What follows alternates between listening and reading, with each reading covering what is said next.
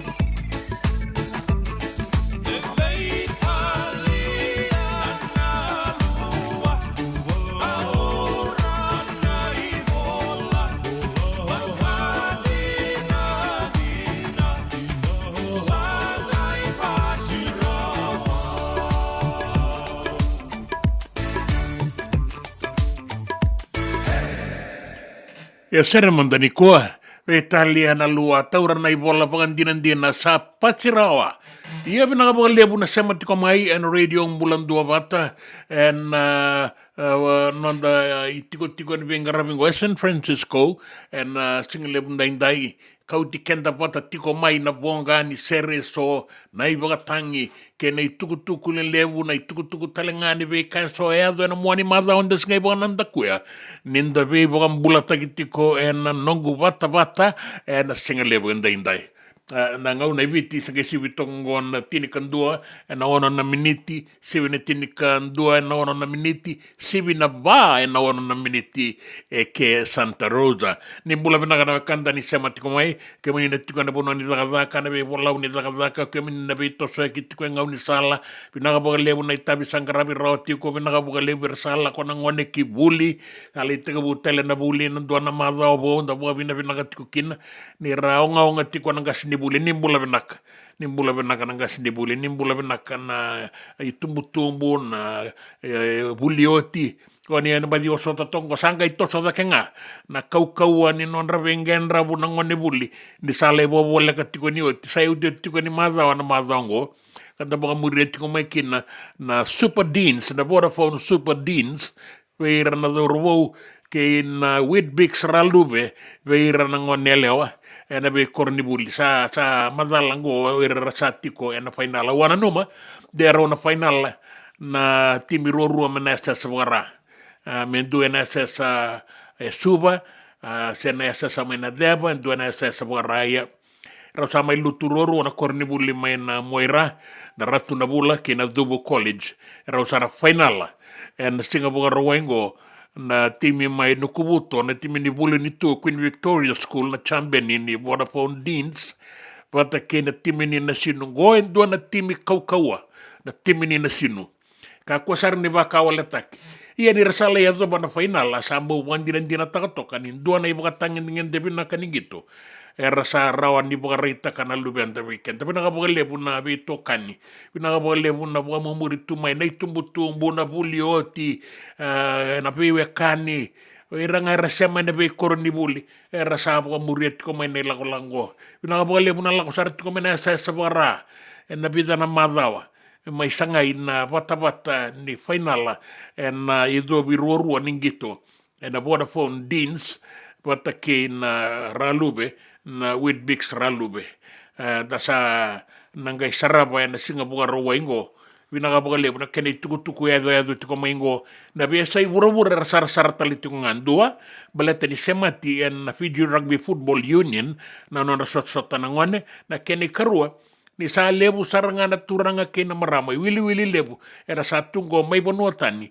era boga murieti ko mai nangito era boga dorati ko ngone ena be korni bule rasala kia zombongo na final onanga ile subat ko eni wa malu na kenri tuku ena boga tangin dengan de kede sara mena ambakitini kabala ko sombu kina ambakitini kadi wala ko sombu boga enra ko eni be kemuni eda singa lebu indai na boga lebu na nomuni semati ko mai na boga lebu na nonda sambali tiko na rota lendo na madha ni zakazaka ni veito saki teitei veira na teitei na ngoli veira na ngone dau wata ke na zakazaka ba koro na sole waki na garabo tiko na singa indai sabu ka bina kanindaro ni veito mani ke radio mbulan dua bata San Francisco e kauti kenda bata mai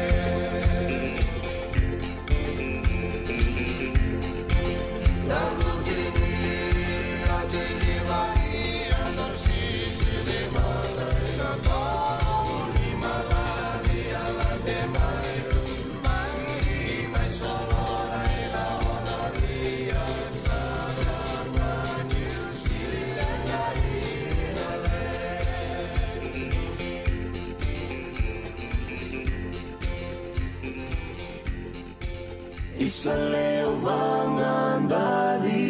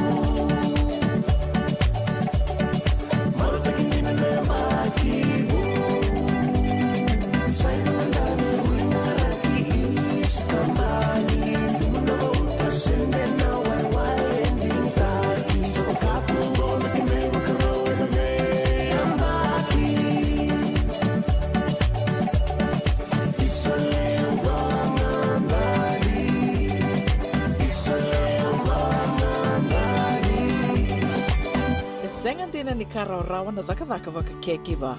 Ia endona kainda wibu ke kawaka mamanta takatuna bengarabi. O ia ke tuna kenda to kakana. Leika na dalo na bisikete na reo bata na sunbells e tinimbulu Macau. We kenda to na senga tikunin driver se senga ni waka motoka kandau dren-dren na tutu beto seki. Erto satu wakarau na Divine Pacific Food Mart mai Sacramento merto taladeani na nong ni boli-boli. Rawa-rawa sara. Witar-tar ngayani na taliboni diwan dua ono toluwa diwa ono saibarua merto bakarotaka katalada mai na nong ni boli-boli ena kena ngona totolo tua-tua. Divine Pacific Food Mart, Viturua Diwawalu Franklin Boulevard, Sacramento, California. Namba di taliboni diwan dua ono toluwa diwa ono saibarua. Erto ngarap talangan ni kena lewang sumburi ani nanomu yaya mai na nondro stoa kena nomu mate ni katumba. Dendram beka nangwala ni kibalilo tena buku ni oso pakadadaka. Sendrakin-drakitan beka na itos-tos nimbula. Kuha ni lenga sinui gawa-gawa. Nana magi mai kina programa warotaki. Mai vera tau na New Methodist Christian Fellowship USA. Nongu chisu, nongu banua. Rongo na bima maniona na kabini buku lulu bei Kemando e California. Bima mani dua na singilewu ni lotu lewu bei Kemando e biti. And a radio bulando wata San Francisco. Me kauti kanda wata mai. JJ's Food Shack. E tiku kethi kina na kankana boka biti me bakana kokonda. Lobo benga ni ngai kani do itu na bundi nan dalos e tapioca. Na kankana boka malangi me bakana steak boka eloka kena coleslaw. Wee! Na karitoa sa wadha badina na kani kanakana. Kay tiku talangana non to specials and the lomo ni madawa. Dau tamba na Facebook. Na doi ni tiwa ya na bani mandrai pai ke na bungatale. Gore na JJ's Food Shack. Viu Valley mo Billy Jean Street, Santa Rosa, California. Pero talagang rato dili mo yang may Santa Rosa, may ato sarani kinavato. Giritirto sana kina vitu saiba vitu tolo dio tolo dundu a limono. JJ's Food Shack, Santa Rosa, California. Na nonda wata kei City Beni Raturala. There's a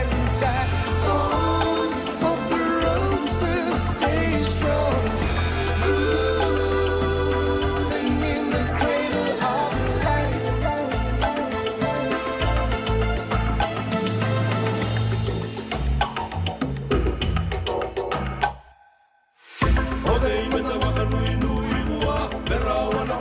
Dawn of a new age seems so true. Groove into the rhythm of life. The leaves of the palm tree wither and die. Thorns of the roses stay strong. Grooving in the cradle of life. There's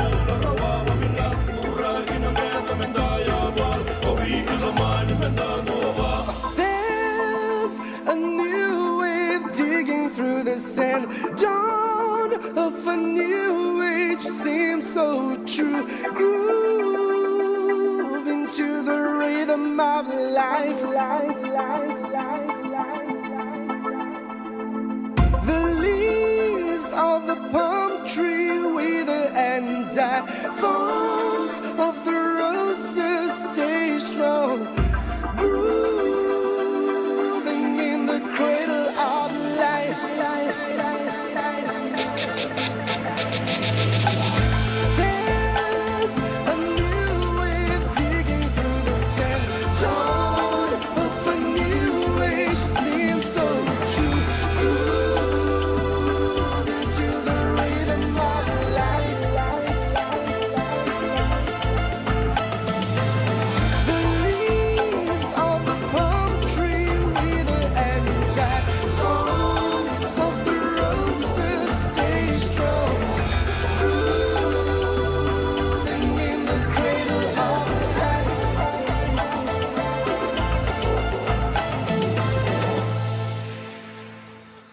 E pina bole muna sema tiko mai na singali benda inda boa pina pina tiko be ke muni na wekanda na be songo lotu sa boa mendeta ki mai ni na boa itabiti ko na langa ser ni konverendi ni lotu esele biti ke rotu mateka bua na madongo singa lotu lebu na kena tuba na ngauna ni langa ser au sa boa ndeta ka tiko na go e rua sanga bulu boa da na mata ser e na taunda ko ni lotu esele au era na mata lotu itadini na CMF na Assemblies of God na ANC ke na bida tale na matai songo lotu na taunda kun lotu esale na bagai tabi talenga na langa ser ni ambaki ngwendo na ngauna na maki buka lebuti ko bukan bimbi na koro suba ke ira na kandara ngoli tiko maikina sa tawati ko na idili o kilani lebora sa kinda ba ke na singa tambu sa oti na nonra edo mai so era ado tiko mena vianu na vi tambadaka na iwase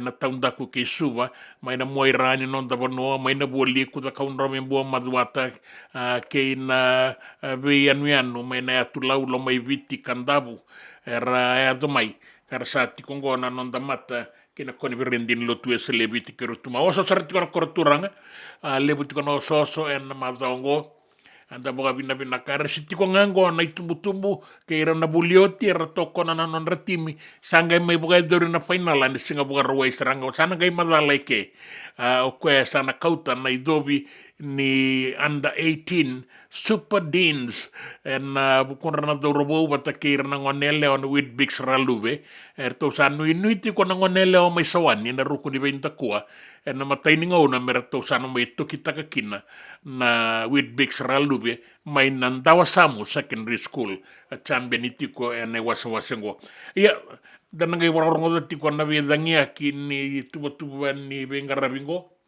rasa bukan data katokan na nonra itutu na taurabo na ngonele o ira na turanga na marama na bulio tira na weka ni korni buli rasa tiko ngoi suba na sota ningito na madongo da boga bina tiko bgali ndo magat ko nan raki boga rita ke mani sabe bia oti boga lele na bata mai suba ya da boga bina bia rungu na sona ngau na tau bangau na uda uku na lolo na mado sawo tia na bakata lembe ngakine na madongo sanga ni taroba na beito saki ke nan da tiko na nama ke na itabi so en dangaraba na madongo da boga bina tiukin na singa lebo indai au sanga nikela na matangali buliman rai za bango tuku no William tukana na dau ni batuanga na buliman rai mune ke ngai wili kandua rua ngai wili kabatati ko na buliman rai ke na niu me bango dona niu dona man rai mele azuan sa tini na man rai sa anduan seni kuro dua serangan ambe seni bagai tamera na waite be bagai ngata gena singa lebo endai pina boleh mana ni sama tu mai no radio bulan 2 bata San Francisco di County Kenda bata mai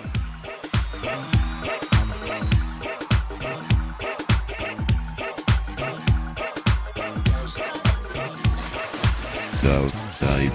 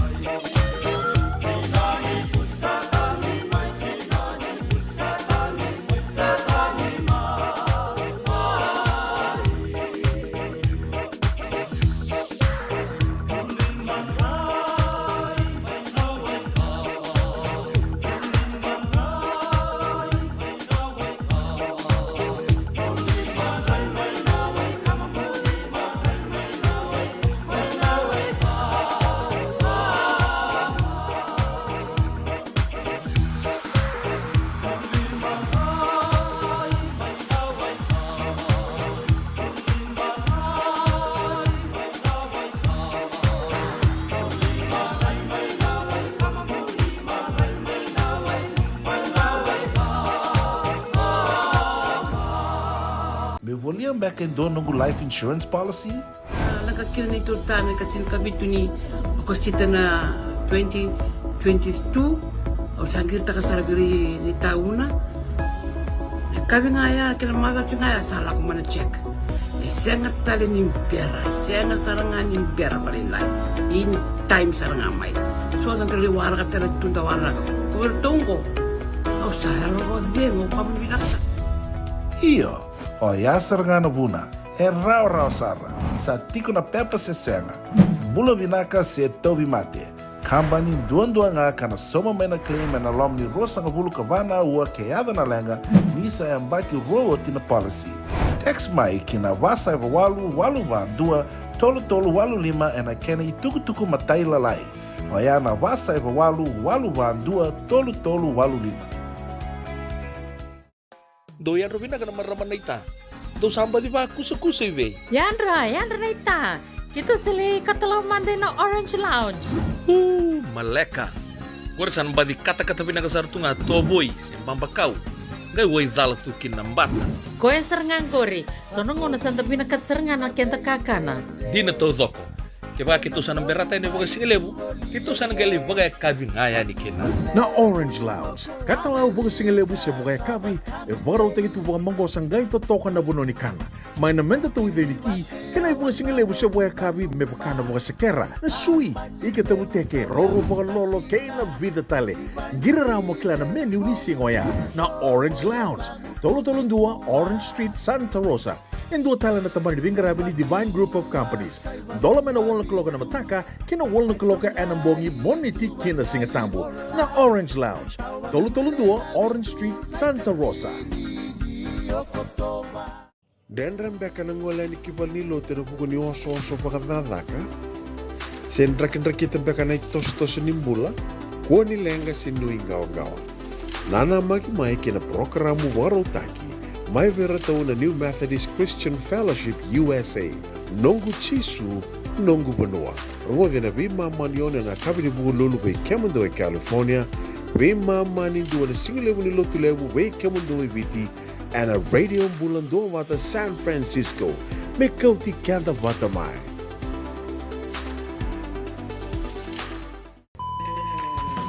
Binaka bakalevo na daw siya matikumay. Binaka bakalevo na daw aseti ko na nonda to vata na radio bulan dua vata San Francisco. May kauti kanta vata mai. And the sabo wala kasar niya daw yan na walu sa bulan ng dolo na kende wili ni matabu vale na radio bulan dua vata. Iya, wili sar me vakatoto vata taki kina kende wili na ngwanito ke NOV sa pura-pura. Do na like, do na share, subscribe talaga Mike na Radio Bulan Dua Vata and na YouTube. Radio Bulan Dua Vata San Francisco, Mekoti Kenda Batamay. Tao kilangin sa banua.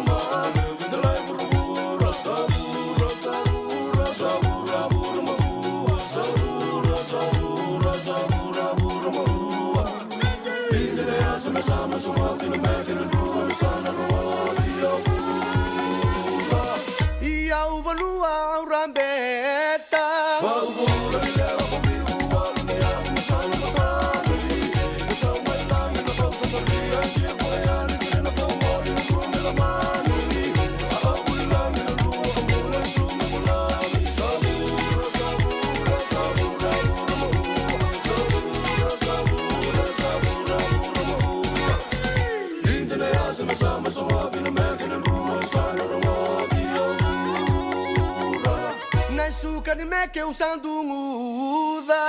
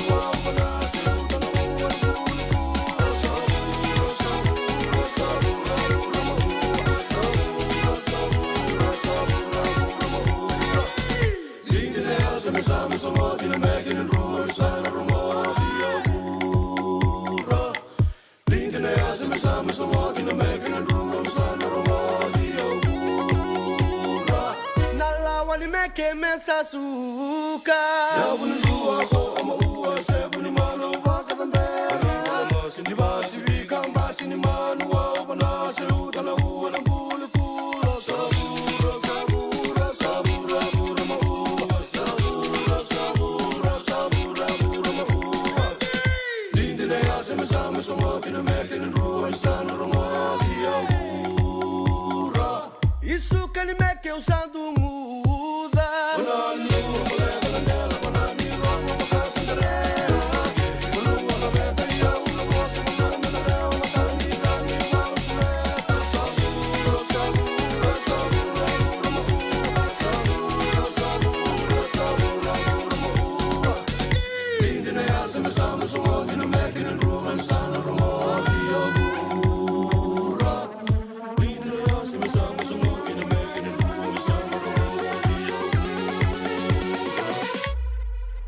bula binaka arena tema bula binaka bina wole buna sema tikumai am tubo saturu dola bina to bena numiti ko eni ngori na lewe ni kalasi walo sanga bulu kandua na di district dola mayati ke muni na kanda na sa sema tikumai na singa lewe ndai ba sakiti na daka sangara birotiko ni da bobola katalitu ni ato bani ngona singa lebu na singa tu city mai suba na non tabo no eviti kabiti kongo ni singa moniti Santa Rosa na marota katiko na bengarabi anda boga bina katiko be rana na be nanumitu mai bora numitu so rasa sama kitiko ngango ibale somba kara dula rasa saba yani to bula binaka sibani olo lume aule dola bina mentena rau dola bina ia boga nu ni bina tuyad rato na bekanda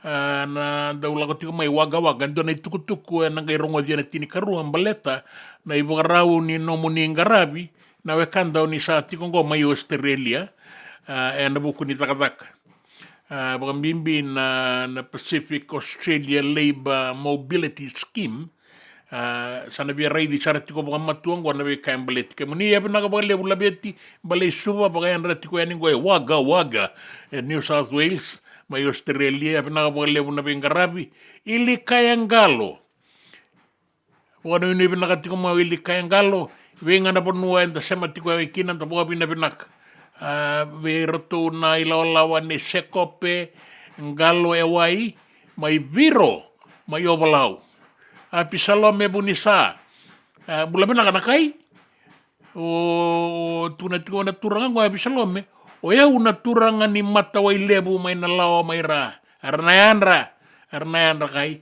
una wa lebu ratu na kai kereti ko mai ndua na non ratu ser na kale ke boni tongoloa ke bakana rawai ni na domak de bangarimant na serre so do kereti ko mai di sanda utura ona serre baleta na non da venga una ni besemati ni kakamburaki ya ke baka sanga ni tiko na bangarai ke baka sa sanga ni ro ni kune rao mendoni na ngauno ni bina kata ni alo bina kani dingo mga ndo ni bota sala ko ni sa seriti ko non da bonua ta sabi na numira ramba tiko kina bina ka bole o ye tukuna tiko mena turanga go kere na ser ni kale ke buni tongolo na yandi ulunda festival no muni katokotoni o wabare takatiko ni wa katokotoni matai no to katokotoni na kale wa katona nga sa di buka tunolo na korni bule mai na lawa na ra high school ko embe kan go e bina katitiko mai en singale bunda yo banga raitiko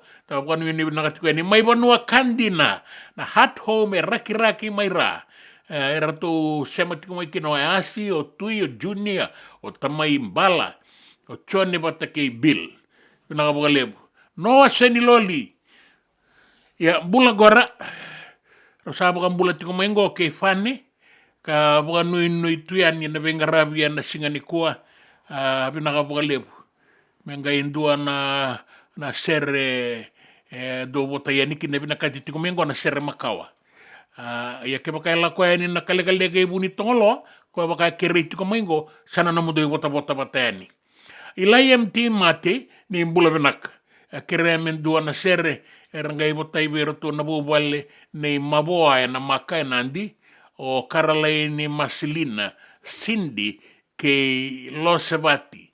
O naun di kata, on di lia, o tuna, o Abigail, o langi, bata ki andi mere. Bata ke rato na ilawalawango, taitu si seru kalou. Taitu si seru kalou, e bukarorongo tiko maingo e Santa Rosa. Ia pina walevu tai, pina walevu na bukarorongo tiko mai, pina walevu eka, Church Suluka. Seni sunuka, suluka. Ni andra binaka warong sarati ko may avata ni takenda makatunan raki ito labi na masyekila kay rato na ilawlawan ni isinda beta rato benga rabitiko may rato ngay baw na numitiko yan yan raki ni bay tala-tala may rato na bay tamani may Pennsylvania J pinakabagalebo na bay na numitiko may Knox balay suba zala bina Gono na muni bota-bota kina serio ni kereti kumai.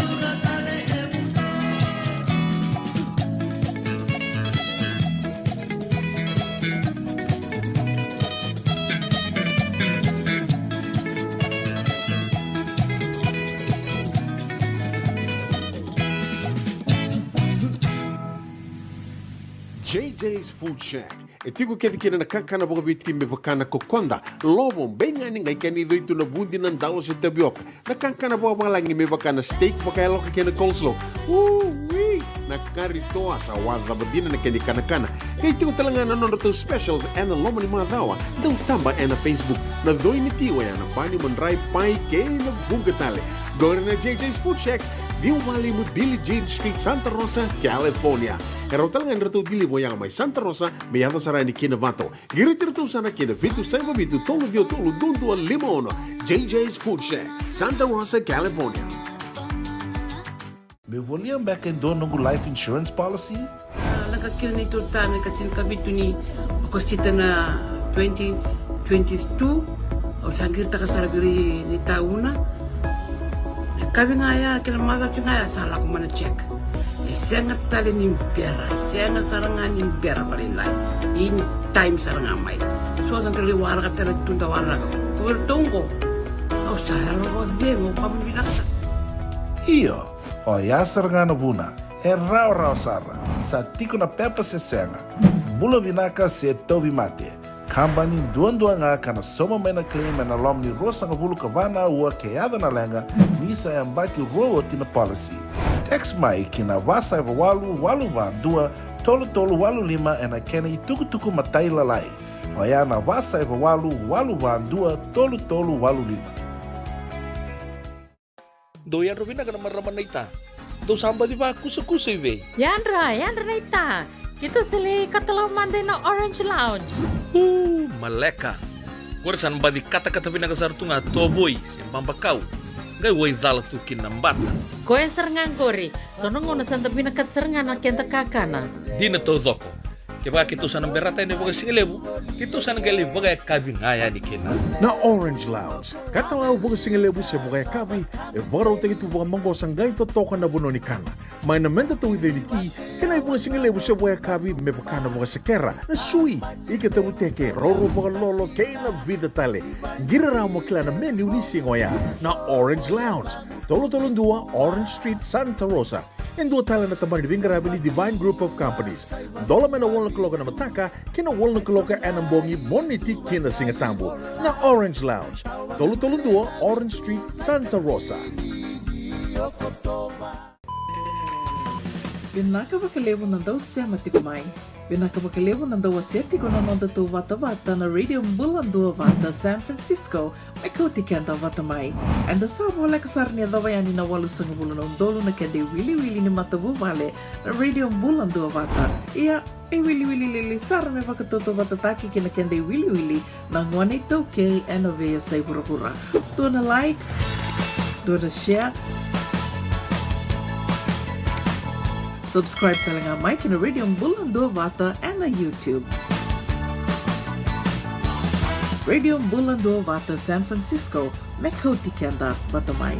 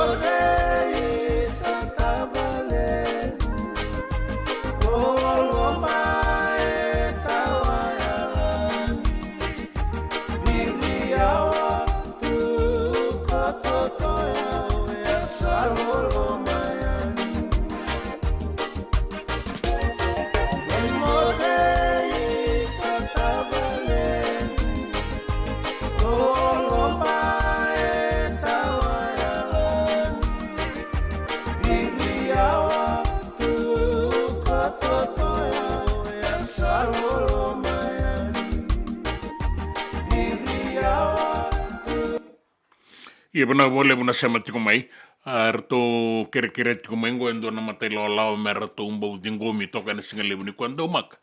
Ndaumak o apisalo me bunisa, kwa sa kere asa ratu nga mai na na ibola bango, zola na kai, tianga imbita tunga mau kwa lu uni dau.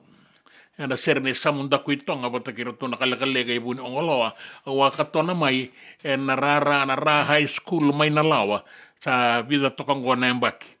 Era tu keretiko mani lao ne apisolo me bunisa ke sala ko enia sa no mudo chochi suluka bina bolebu na sematiko mera tu tarabaletiko na matai sau ni katolu ni matai walu era tu tarabalilo tu tikongo ene anu e data umbula binaka bilibe na ulango na bolebu matangali na bolebu na sematiko mani dau makatiko nan raki mai suba era kaitiko mai ni vinakatiko nan raki. Vila tu namata ni singa, bula toka na dangi, au nangai wasetiko ene na itukutuku ni raki, ni oti na itukutuku ene nonda vanua kene via sai burabura, ene tini karua na kaloko, vata kene itukutuku ni gito.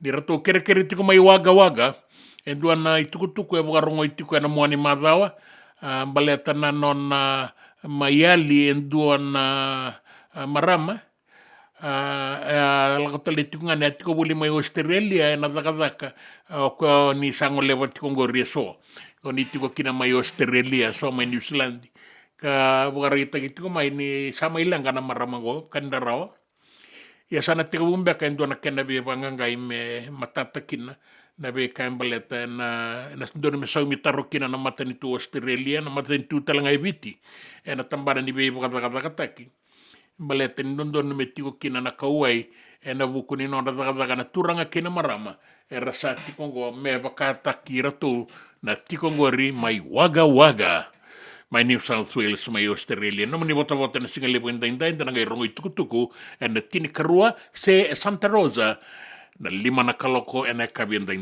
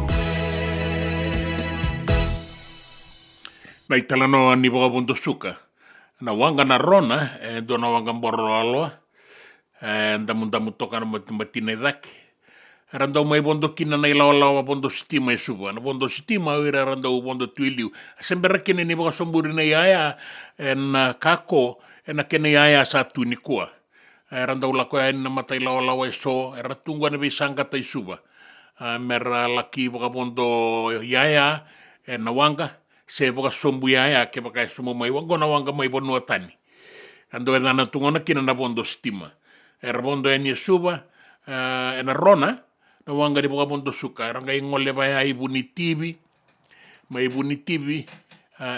mai Ellington mai rakiraki nga ingole sereni ki Malau Lambasa la ibondo tina suka mai ka tala na ya tala sanga ilau mai sanga ingole sarana rona sa sombu mai na bondo stima sanga yalo tuya ni mai bonua Samoa i muri na rona. Bulikina na serea, kartu ang bulia, na ilawalawa na tusemi ngone ali. En seniwaka ni na samambula noda, wata ke rato na bonga ke turaki. Rato kila bagabi na gambaleta ni rato ndau bondo stima, ka non rato dagadaka ya, rato ndau laki talayaya, na wanga na rona. Sere kila ile busara na dua na ngauna, sere ngodi tiko endai na radio bulan dua bata San Francisco, ni kauti kenda bata mai.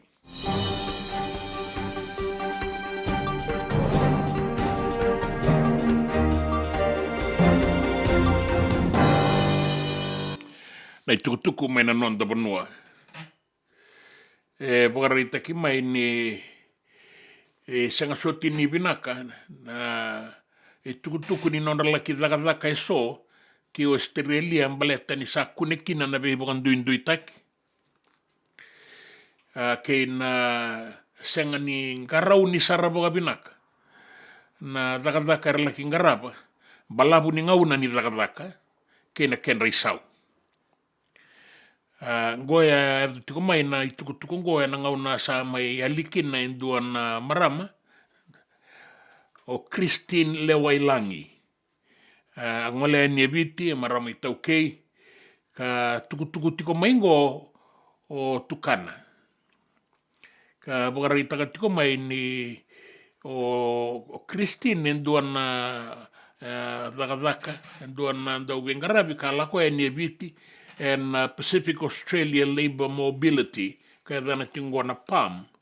Bagarauta kia nikina na nona visa ni vila koyaki.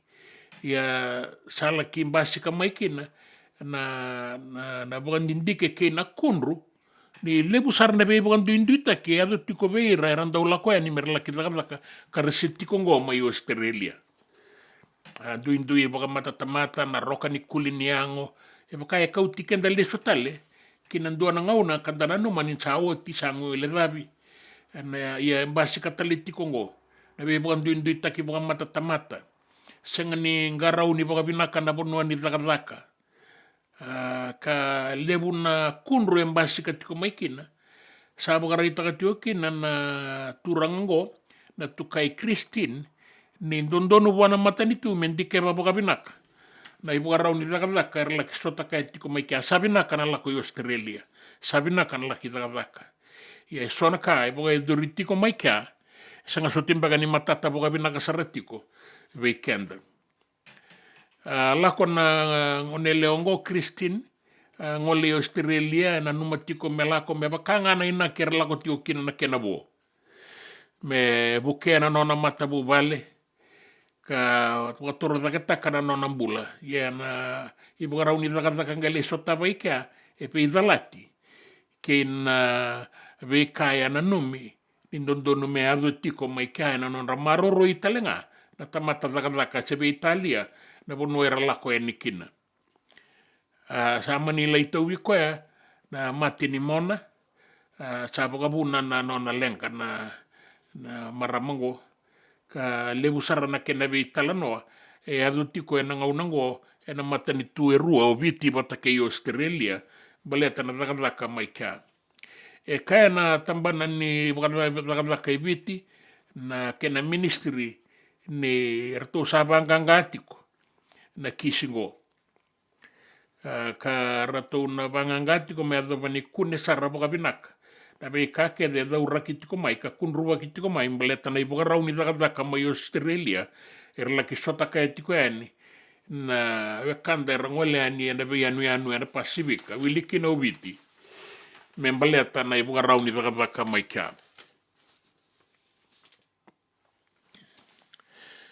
sandola na rarana ingangande na ratu sukuna pake suwa andola na kabia na noa kara tiko kina e bunga na turanga na marama sona lewe ni panua era laki tiko kina e na sukuna park baleta na kena songo ka andolava na ibuke ni prime minister manoa kamida e na visa uwo sa ya do kina dona ngau balabu a songo tu na rat sukuna park me boga binakataki garabi talenga kina e sona dagadaka me la betala ke na ibo katangin dengan de ni bengarabi rana makana leo ni bono merla ki sota ka ni rangande ani e kea na kena dondo na pai bobo ni wai na kena garabi boga binaka na loma ni bai na vina na bebe sauni vina na bai matangali vina sa tiko kina ni kua ya ka boga edori na kango na kena garabi na songo i maindolabi na noa garabi kina na boga panua veira e sona ngone buli karatiko na singa na noa membaleta na songongo e bitu na milioni na dola na ilabo e baka yang ataki membaleta na be boka toro baka takingo e dina ngani ana nume me toso da ketale kina tini ka tolu na milioni ya sama ni baka yang ataki nga e bitu ya ni sama kada bari sama ni main dola ya na singa na noa kina gitu erto sa na baka rausara baka matua na tim ni ngone buli na mbakitini kawalu lako sombu na super deans na korni buli o buli ni tu under 18 merato karaba baga binak na ngada tau zoko ningito erato na numa merato na baga reita kirito kina na singa baga roa mengo na final ni Vodafone super deans ang goberna mbakitini kawalu lako sombu kena chambenitiko o buli ni tu ya erato na no mamerato na garaba baka binaka seboti ko baka lalai son ngada ningito merato na baka binakatak erato sanga ni baka waletak na no na dambea ni na timi ni na sinu secondary mera una sota na final timi kaukaua tambusoro na sinu e baka rita kana kapitani ni timi ni matubatu dou ana re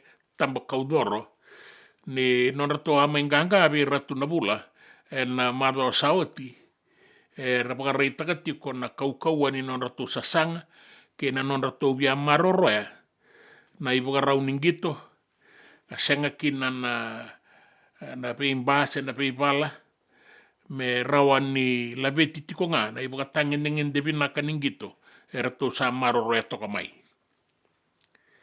bukan reiti sarabeira na tikinango me kakuan indua na ibu karau saka en basika na timingo na ngau na lande kine rara to sabo to takatiko mai na vida na madawa me la kia da bongo na singa buka rawai na madawa mengo bertongele ki buka rita kakina na kau ningito mai buli ni tu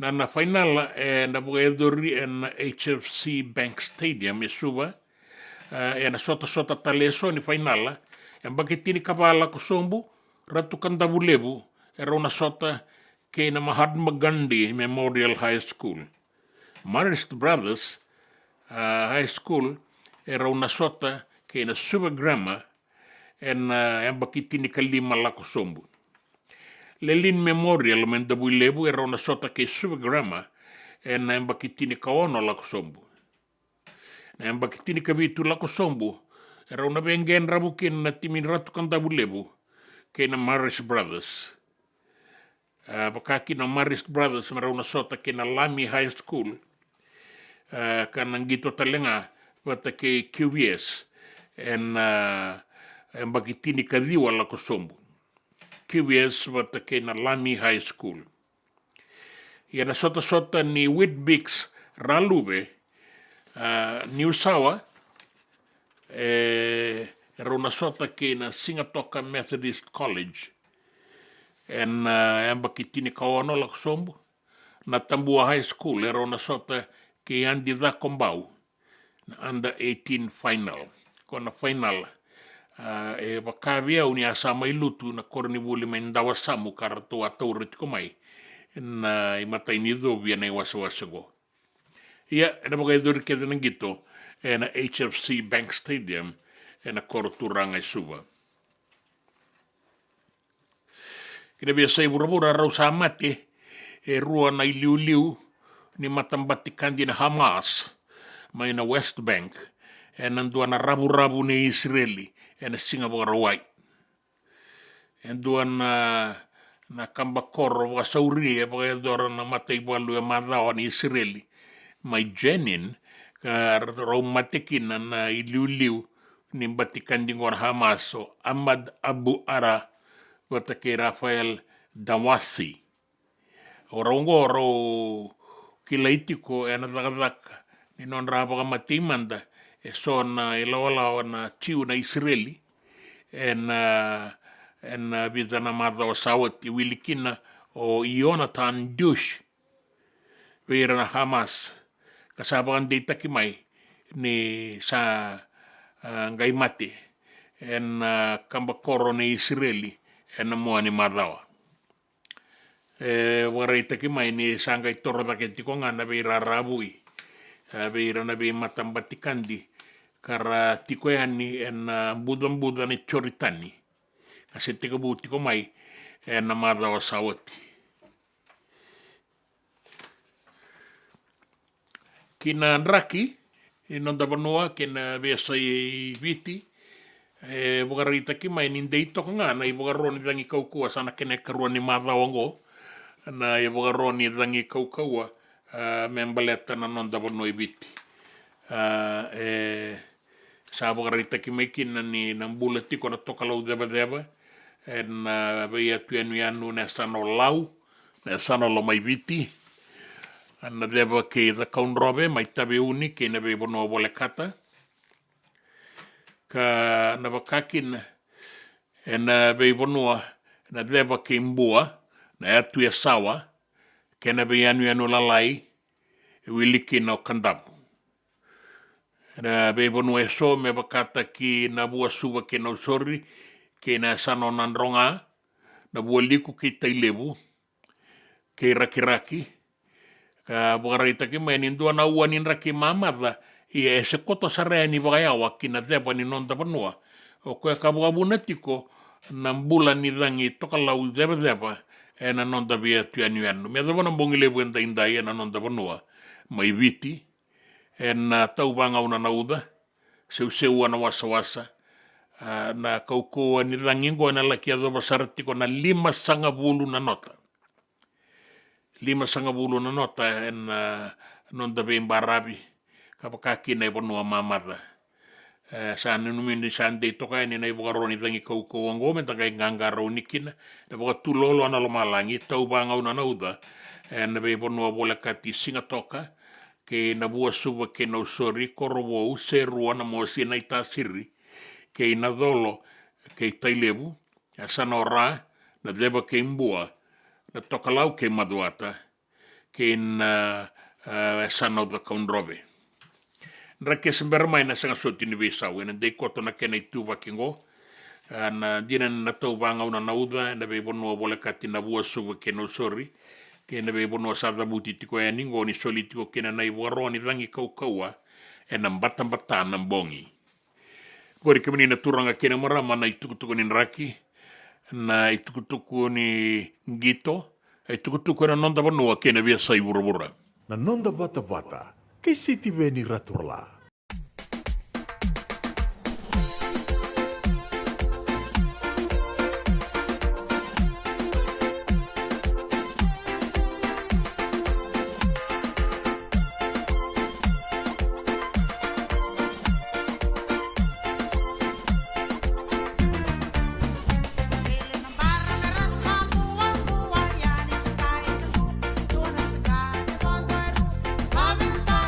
Samoa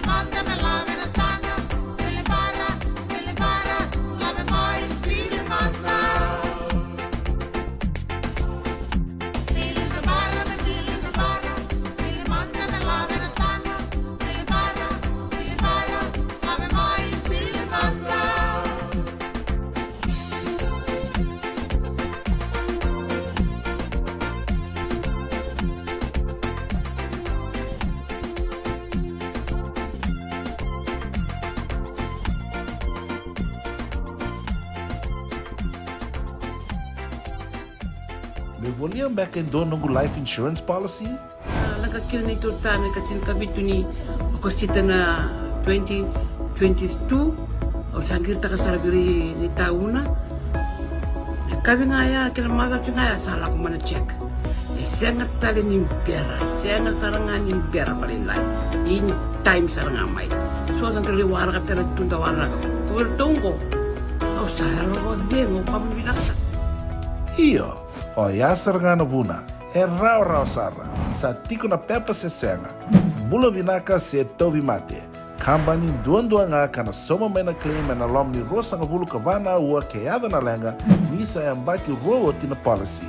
Text mai kina wasa eva walu van dua, tolu walu lima ena kena i tuku matai lalai, o ya na wasa eva walu van dua, tolu walu lima. Doyan Robina kana maraman na ita. Do samba di ba kusa-kusa iwe. Yandra na ita. Kita sili katalaw mande na Orange Lounge. Maleka. Gurasan ba di kata-kata pinagasar tunga toboy simpang bakau. Gay way dala tu kinambat. Koe serengan kori. Sono ngono santa pinakat serengan na kenta kakana. Di na to zoko. Kaya kita sana berata ni baga singalebu. Kita sana gali baga kabi ngaya ni kina. Na Orange Lounge, katalaw baga singalebu sa baga kabi, e baraw tayo ito baga manggo sanggay totoka na buno ni kana. May namenda to with unity, kanay baga singalebu sa baga kabi, may baka na baga sakera, na sui, ikatabuteke, roro baga lolo, kay na vida tale. Giraraw mo kila na menu ni singoya, na Orange Lounge, tolo-tolong dua, Orange Street, Santa Rosa. And dua tala na tamang ni Grabe ni Divine Group of Companies. Dola man na wala kaloka na mataka, kina wala kaloka anambongi moniti kina singatambo na Orange Lounge. Tolo-tolong dua, Orange Street, Santa Rosa. Dendram beka nang wala ni kibal nilo tino buko ni oso pakadadaka. Sen drakin-drakitan beka na itos-tos nimbula, kuha ni lenga sinuingaw-gawa. Nana magmay kina programo waro taki. May vera tau na New Methodist Christian Fellowship USA. Nongu chisu, nongu banua. Ruwa na bima manione na kabini buku lulu bei Kemando e California. Bima mani dua na singilewu ni lotu lewu bei Kemando e biti. And a radio bulan dua wata San Francisco. Me kauti kanda wata mai. Nanonda wata ki City Veni Raturala.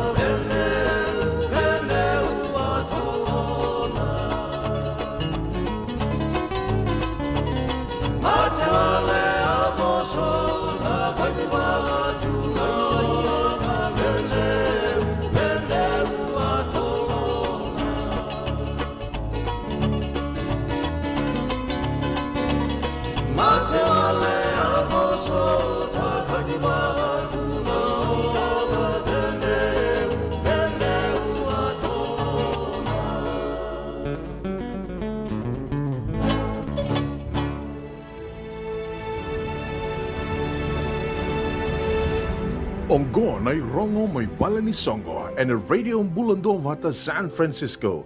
Mekauti kanda vata mai. Nita kini bugadanga wina kana songo so and dana na magkina na muani madao and sangai bugananda kuya. And singa kay tailebu na singa ni buga binabinaka kaya na nomuni so lebu singa buga rawai ni katulu sanga vulkan doon singa ni bula okosita. Kana buga dori and ruan dua lima saiva Griffin Avenue, Santa Rosa, California, dua lima baba saiva bitu. Bata ke na ibona nomini ang bakin rau ni koroni buli may ratu kandabu lebu na katini katulu ni September. Bike muni nasare kilati ko yani na songongo suba na tigabu na tayang na flea market na ikadiwa ni singa ni bula September. Lebu talen isongo ni bulioti ratu kandabu lebu na bagayado songo tiokina kia Santa Rosa na bagayado ri na ikatini katulu ni September dua toka na kena songo ni may na 5 na kaloko na kabi kina tini kandua dalay ya bida toka kina na bilaway ni Sambut may na 5 kina bitu sanga ni Saumi na bagayado ri na Holiday Inn Express and Suite na diwan 2 bitu 5 ba West Stockton Boulevard, Elk Grove, California, diwa 5 bitu 58. Guarda nei rongo may nabali ni songo. Nanonda vata kay City Veni Raturala.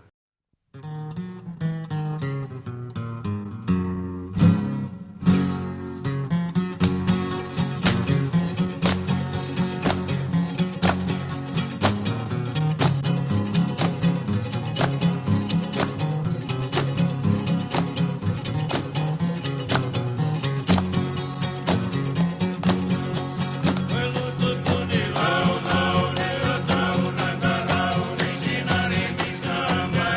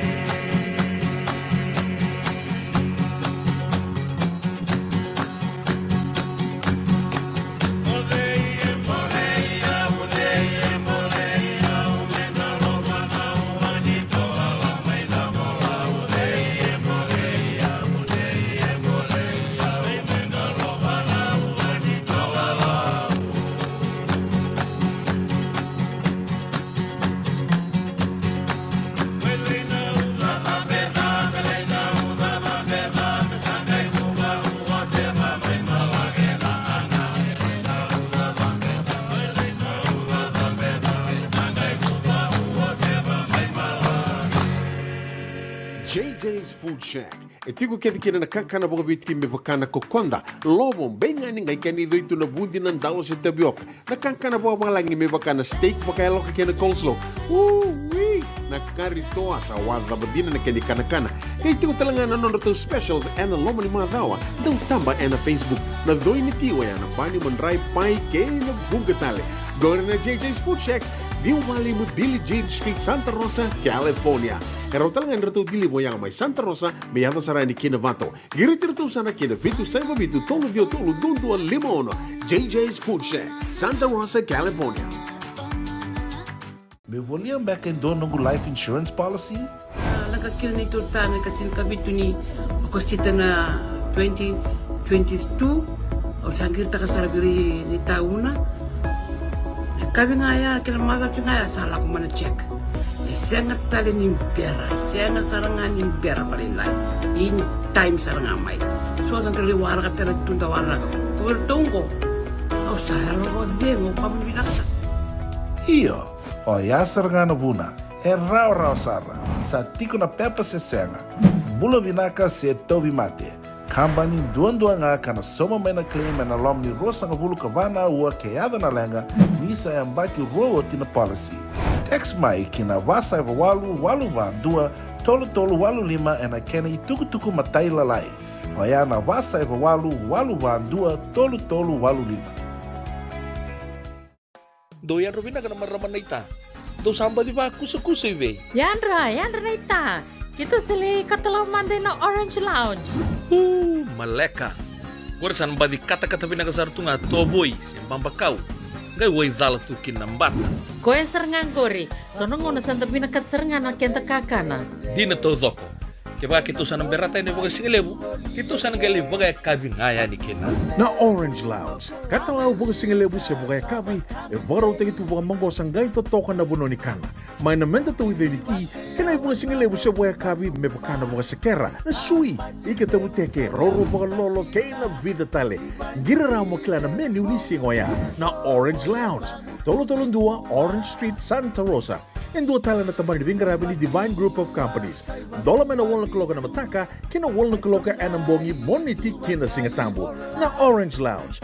Tolo dua Orange Street, Santa Rosa. Binaka bakalevo ng daw sema tikumay. Binaka bakalevo ng daw aseti ko naman dato vata na Radio Bulandua Vata San Francisco may kautikan daw vatamay. And the sabo wala kasar niya daw yan inawalu sa ngubulo ng dolo na kende wili ni matabu vale na Radio Bulandua Vata. Iya, ay wili sar may vakatuto vatataki kina kende wili ng 182K Enovea sa Pura. Do na like, do na share, subscribe talaga Mike na Radio Bulandua Vata and na YouTube. Radio Bulandua Vata San Francisco, Mekoti Kenda Batamay.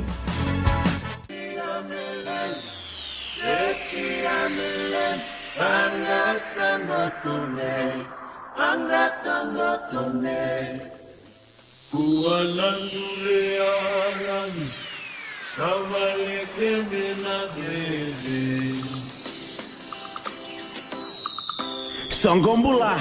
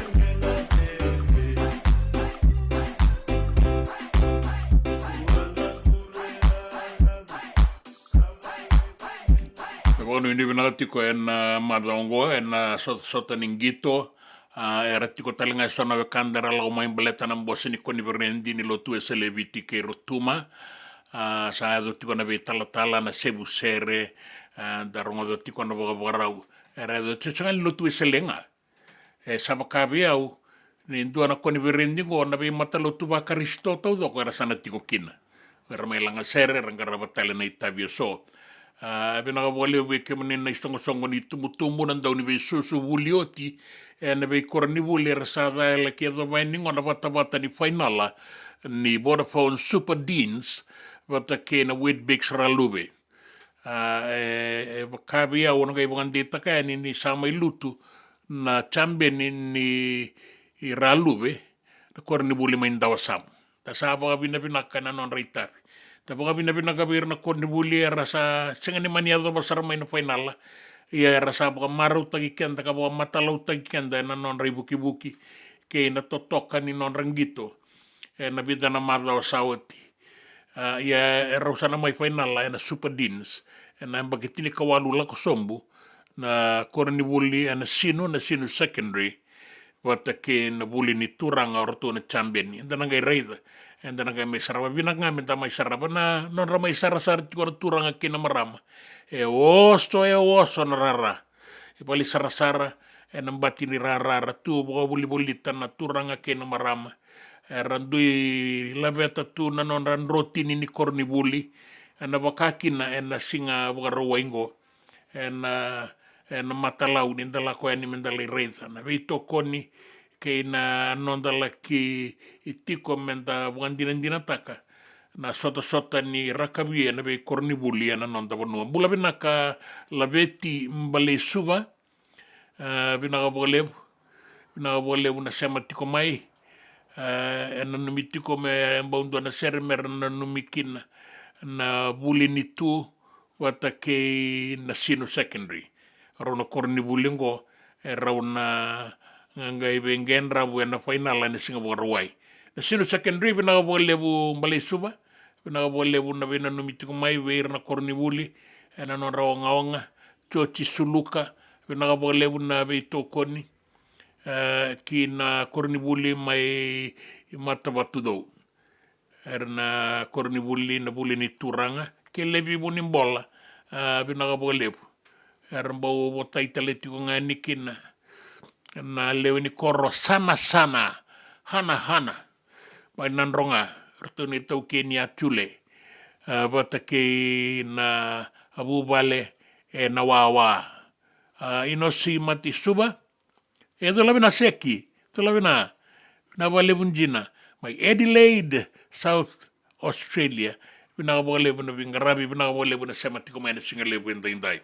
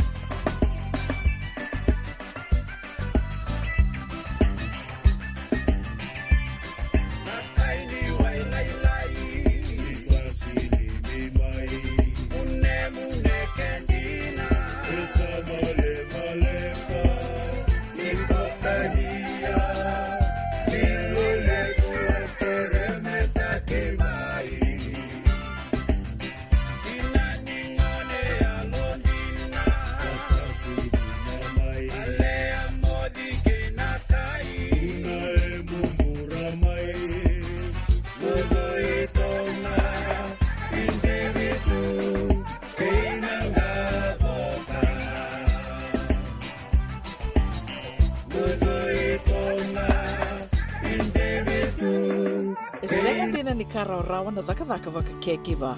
Ia endona kainda wipu ke kavaka mamanta taka tuna bengaravi, o ia ke tuna kenda to kakana. Leika na dalo na bisikete na reo bata na sunbells e tinimbulu makau. We kenda to na senga tiko nindreiva, se senga ni vaka motoka kandau Drena no tutu beto seaki, erto satu vakarau na Divine Pacific Food Mart mai Sacramento, merto talaveani na nung ni voliboli.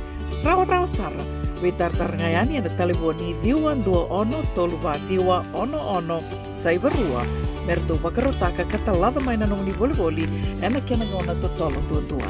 Divine Pacific Food Mart, Viturua Diwa Walu Franklin Boulevard, Sacramento, California.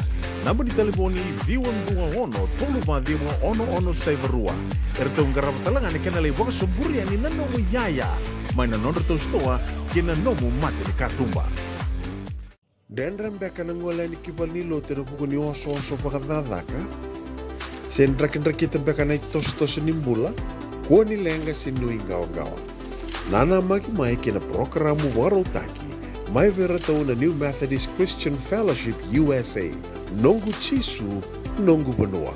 Rode na vima manione na kabini buku lulu bei Kemundo e California. Vima mani dua na singilewu ni lotu lewu bei Kemundo e Viti. And a radio bulando vata San Francisco. Me kauti kanda vata mai. JJ's Food Shack. E tiku kete kina na kakana boka biti me pakana kokonda. Lobo benga ni ngai kani doitu na bundi ng dalo sa tapioca. Na kakana boka malangi me pakana steak baka loka kina coleslaw. Woo-wee! Nakaritoa sa wadha badina na kani kanakana. Kaya tiku talaga na nono specials and na lomo ni mga dawa. Daw tamba and na Facebook. Na doi ni tiwa yan na bani mandray pai kay na bungatale. Go na JJ's Food Shack. Viu Valley mo Billie Jean Street, Santa Rosa, California. Karo talangan rato dili mo yang may Santa Rosa, may yato sarani kinavato. Giritirto sana kinavitu sa mabitu tolo vio tolo dundu limono. JJ's Food Shack, Santa Rosa, California. Nanonda wata-wata kay sitiweni raturala.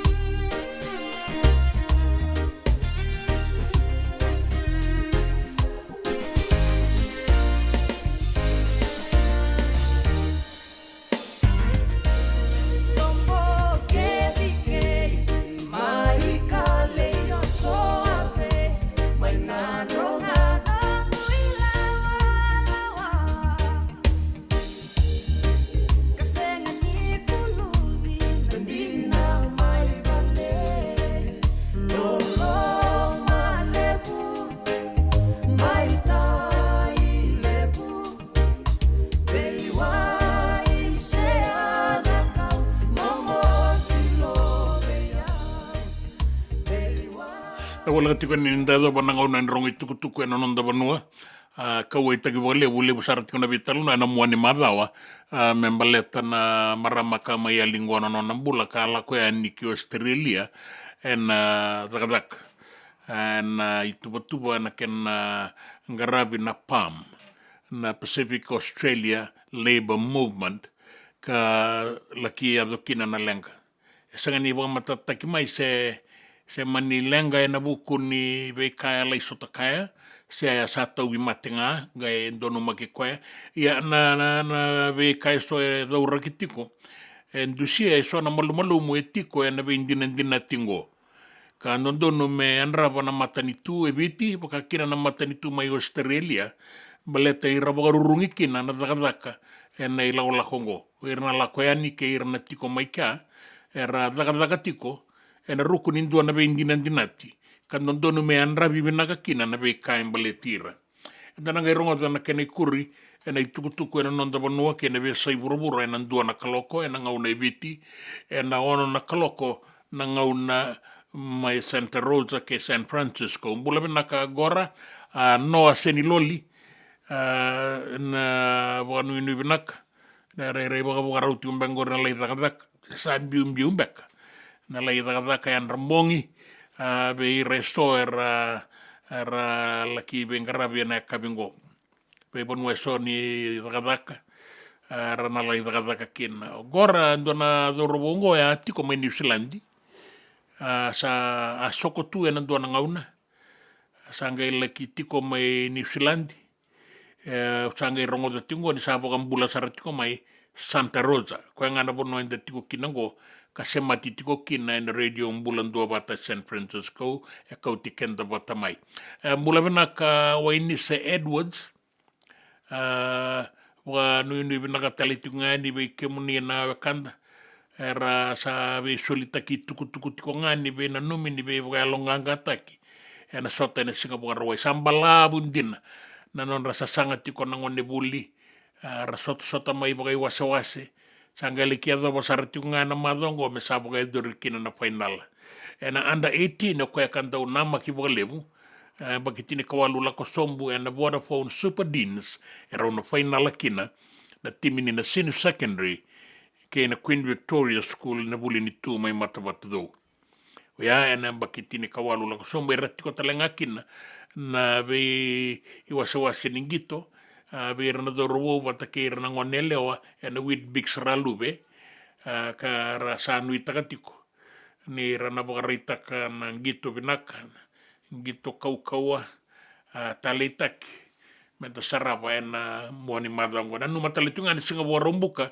era una sota kina na HFC Stadium suba na Manu Samoa ke na Flying Fijians Fiji Water Flying Fijians era una sota ena Singapore rombuka melo bala ena matai ni wawoki ni sota ni Pacific Nations Cup sabo ona na minitu indona kaloko na ngauna eviti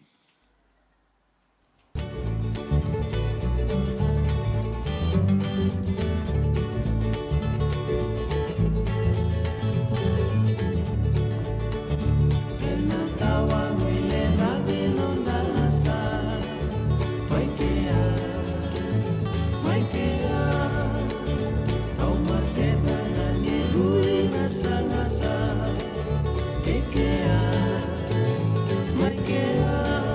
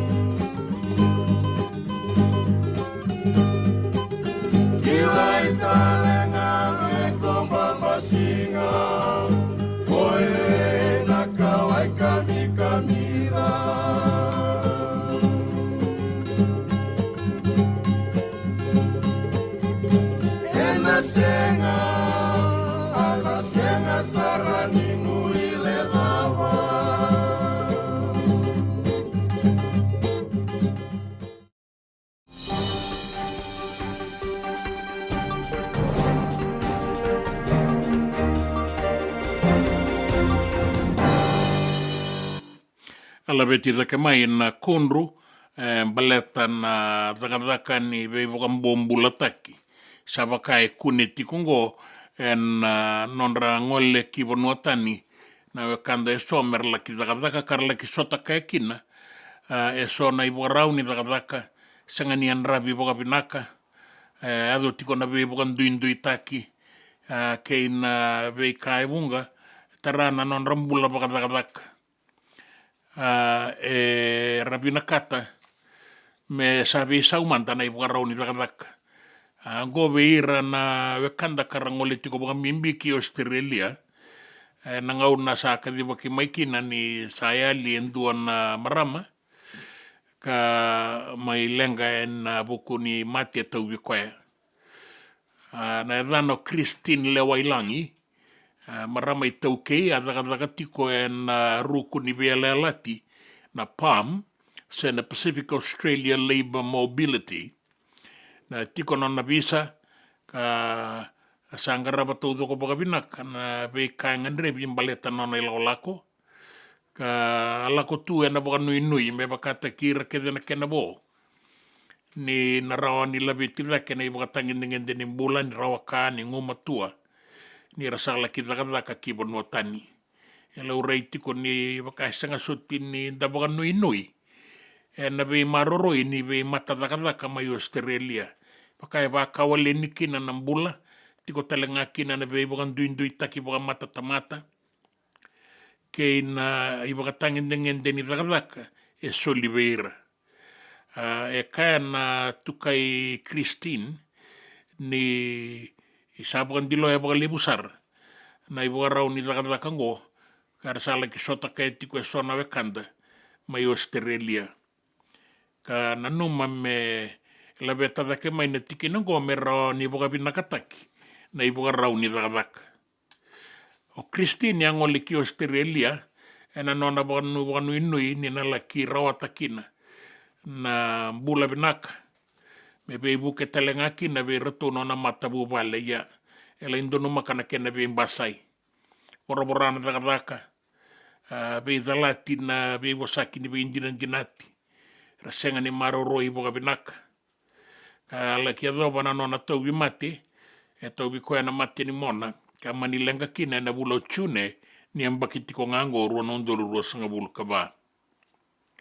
Sana numiti ko me labeti dake mai na tiki nango baleta na vei bukalolo matake ado tiko vei reso rangole tiko eningo na daka ki bonua tani.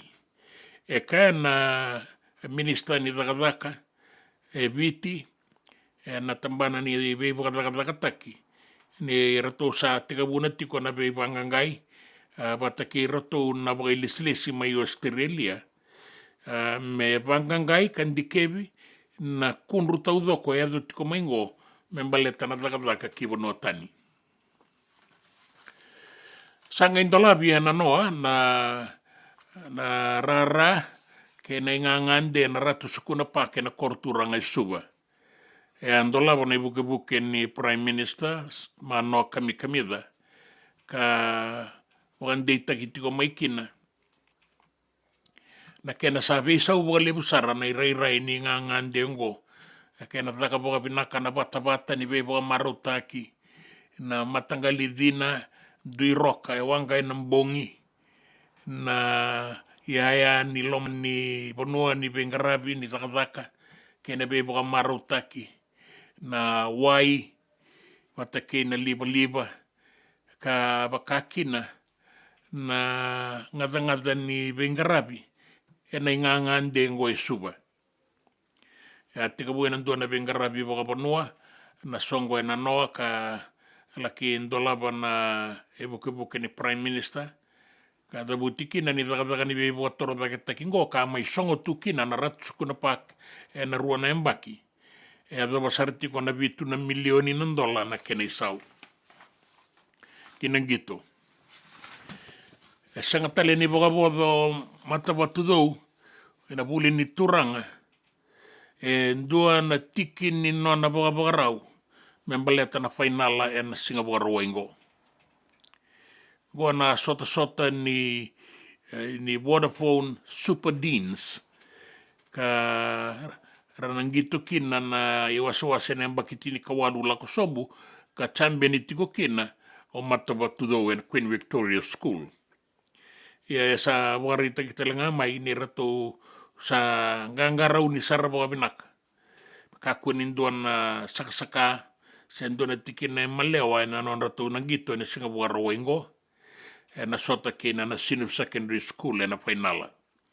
Kaya nakabetani ni timi may matapatu daw ana reta bakaudoro. Ni non rato ngangabi rato na bula na madaw sawati. Bagarita katiko na non rato ngaraw na bakabinak. Na ngada ng gito, sangawalengan ng gito, Tano rato I buki ke nanon rato I tobo, me venganiti, ke nei wakatangende ningito e rasaya doba. E na sota tale so, ni rauna sota e na whainala ni amba ke tini kawalu lako sombu, ana koroni buli mai matawatu do Queen Victoria School, ke na Senior Secondary and FSC, Bank Stadium de Mesuba, kan whainala tale tiko ngaki na amba ke tini kawalu lako sombu, ratu kan tabulebu, bata ke na Mahatma Gandhi Memorial High School. Marist Brothers High School and amba ke tini kalima lako sombu rana sota ke Suba Grammar. Lelin Memorial School e rana sota ke Suba Grammar and amba ke tini kaono lako sombu. And amba ke tini kabitu lako sombu e rana bengen rabukina o ratukan tabulebu ke Marist Brothers. Ke na Lami High School e rana sota ke na Queen Victoria School and amba ke tini kadiwa lako sombu. Berang on ele on a wit big sralube competition o New Sawa era una sota ke na Singatoka Methodist College and bakitini ka ono la kusombu ke Natambua High School era una sota ke Andi Dhakombau School and bakitini ka walu la kusombu ta ira kedengo rina ngito na bagai doritiko na Singapore Rowengo na HFC Bank Stadium Elodala. E wakarita ka na tau ni bei wakatabulidi ni timinibiti na Fiji Water Flying Fijians ni sana makatiko na nonrapakarita ki ira na daurawo na sanga indingita ki boya ni kina timinibiti na Flying Fijians. Sanga ni na makasara en dua na iwakatangin dengende mera wakarita kaya enuita katiko nga ni rana bagan dinata kanin dondonu mera saya to bayani na bata ni sota na balata ki vanua kaya burn ni sabo sabe irto na do robo erto saga idurian ki na timinibiti kasanu itakatu na non rato ngumatua merto bagarita kirto na singa bagarowengo e ono na daung gitu bobo eranga idurungango ki na timinibiti na Flying Fijians and Pacific Nations Cup. Kasana tika buena singa buka rombo kango, merona sota kina the Flying Fijians, pata ke Manu Samoa, e na ona na kaloko e na kabini buka rombo ka e na HFC Bank Stadium e suba. Kina itukutuku ninraki, e sintei kotonga na i buka roni dvangi kaukau me ambaleta na nonda vanua, kina beia tuianu en tokalau, o yan anu tabe uni ke na be anu bole kata na atu sawa na deba ke imbua tokalau ke maduata na sano nan ronga me ado sarama na bua suba ke no sori na sano tailebu ke na bua liku na sano rama raki kabugarita ke mai nindua na uanin raki mama da koto ya ni bagayawa ke na deba ni nonda banua kabugabuna tiko na toka lau deba yang bula saratiko na non deba yang barabi na ngauna go kaya doba tiko ni na 5 na nota na be bonua sadabuti tiko ni re nga mentanga rauni kina na ila kaya doba saratiko na 5 na nota bula sara na sona ngauna na singa ni kuwa na be bonua taleso bula na toka lau deba se ua kabora na wasawasa. Ongori ke mani na turanga ke na marama na itukutuku ni raki na nonta vanua, na itukutuku me na via sai burabura, na itukutuku ni ngito, ke na itukutuku na nonta vanua. Na nonda vata ke City Veni Raturala.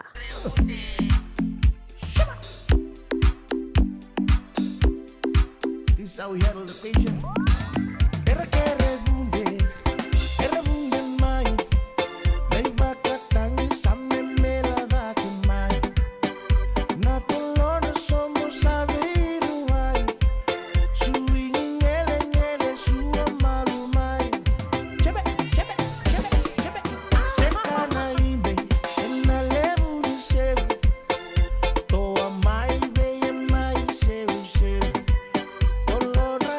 Sad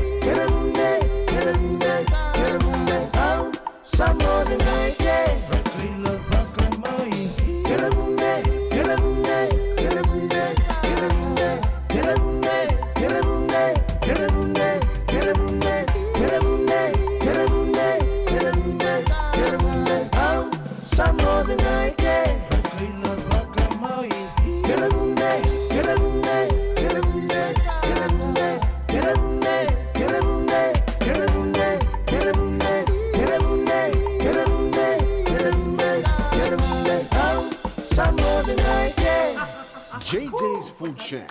E tiku kete kina na kakana boka biti me bakana kokonda. Lobo benga ni ngai kani do itu na bundi na ndalo se tapioca. Na kakana boka malangi me bakana steak boka elo ka kena coleslaw. Wee! Na kari toa sa wadha badina na kani kana. Kay tiku talangana no to specials and the lomo ni madawa. Dau tamba na Facebook. Na doi ni tiwa ya na bani mandrai pai ke na bunga tale. Gore na JJ's Food Shack. Viu Valley mo Billy Jean Street, Santa Rosa, California. Pero talagang rito dili mo yang may Santa Rosa, may ato sarani kinavato. Girit-rito sana kinavitu sa ibabitu tolo vio tolo dundu al limono. JJ's Food Shack, Santa Rosa, California. Me voliam back in dono nungu life insurance policy? Nakakira na ito tami katil kabitu ni akostita na 2022 o sagir takasarabiri ni tauna. Kami ngaya kila mara ngaya salah ko mana check. Sengat tali ni pera, sengat sarangan ni pera palinlay. In time sarangan mai. So ang kaliwara ka tala tunda wala. Kuwertongko. Au sayalo ko dengo pamilaka. Iyo, o yasar nga na buna, e rau sara, sa tiko na pepa se senga, bulo binaka se tobi mate, kambani duan nga kana soma mena claim na lom ni rosa nga bulu kavana ua keada na lenga, nisa e mbaki roa tina policy. Text mai kina wasa eva walu dua, tolu walu lima e na kena i tuku matai lalai. O ya na wasa eva walu dua, tolu walu lima. E senga dina ni kara rawa na daka waka keki ba. Ia endona kainda wipu ke kawaka mamanta taka tuna bengaravi. O ia ke tuna kenda to kakana. Leika na dalo na bisikete na reo bata na sunbells e tinimbulu makau. We kenda to na senga tiku ni driver se senga ni waka motoka kanda u drendre na tutu beto seaki. Erto satu wakarao na Divine Pacific Food Mart mai Sacramento merto talaveani na nomni boli. Rawa sara. We tartarngayani na taliboni diwa dua ono toluwa diwa ono saibarua merto bakarotaka katalada mai na nung ni boli ena kena ngona to tolo tua. Divine Pacific Food Mart. Viturua Diwa Walu Franklin Boulevard, Sacramento, California. Namba di telefoni Diwa ono toluwa diwa ono saibarua. Erto ngarap talangan ni kena lewa suburi ani nanomu yaya. Mai na nondra to stoa kena nomu mate ni katumba. Na nonda bata-bata, kay City Veni Raturla.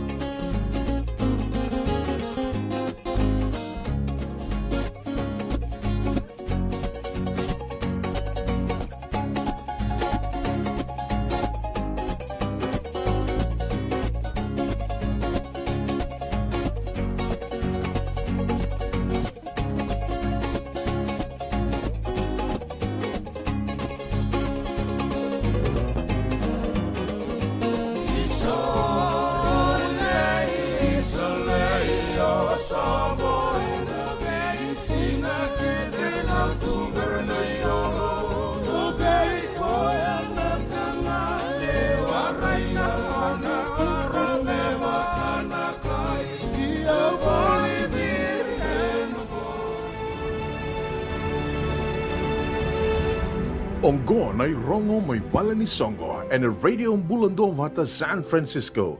Me kauti kanda vata mai. Mga binabinaka, membaleta na sano tailevu. Na singa kei tailevu, na ikatulusanga wulkandua ni singa ni wulango kosita. Na ruandua lima saiva Griffith Avenue, Santa Rosa, California, diwa lima ba saiva vitu. Bata kei na songo ni bugana numi ni ratu kanda bulevu school, kor ni bule mendalai na kai samba kinduanan rau. Na kena i bugana numi, na baga edoritiko ni katini katolu ni September. Hula katumai, lima na kaloko kina tini kandua na kabi, baga edoritalitiko nga kina na veitala noa, kina ngunu, baga edoritiko na songo na Holiday Inn Express and Suite. Diwandua vitu lima ba, West Stockton Boulevard, Elk Grove, California, diwa lima vitu lima walu. Nanonda wata kei sitiweni raturala.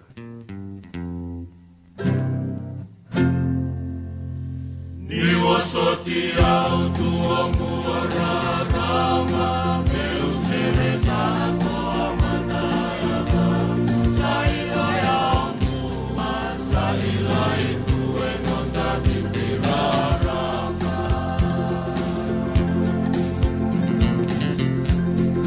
Niwo soti eito inawe atani eito na sena ni serela elisa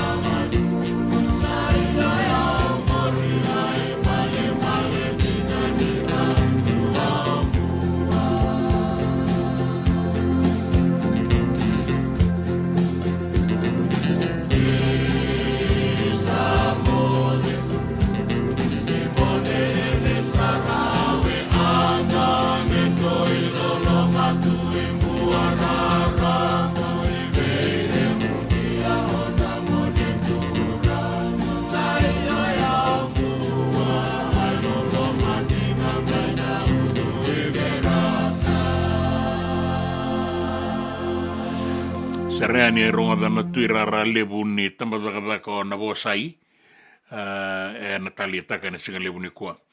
Ke mani na wakanda na sabaga baga rauti ko mai ki na bebo e somo ni mai baga idilikina, se o ni sa tiko o tikina, ni sa re kinda baki tale ti umbanga e na singa tambu enta sabaga nanda kuya, Ia pina ka lepu.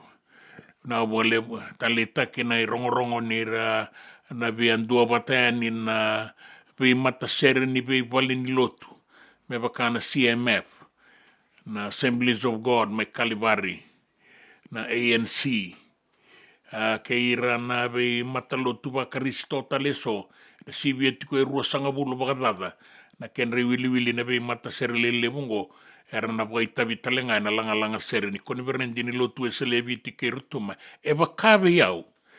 Inda sa te kabuna ngo endone lako. Me sa non tangau na ni solebu. Na pi mata lotu ba Karisto ke denga. Kasana rei te kabungo. Na non da reida ka saraba karongaba.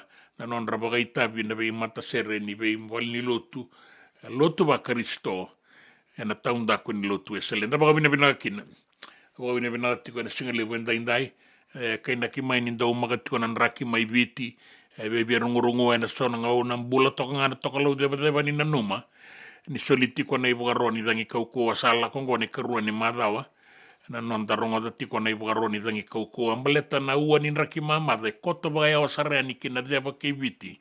Koe ka boka buna tiko. Na ibuka ni dangi ni mbula sara tiko la kia dawana 5 sanga bulu na nota. Na kaukau ni dangi toka lau deba.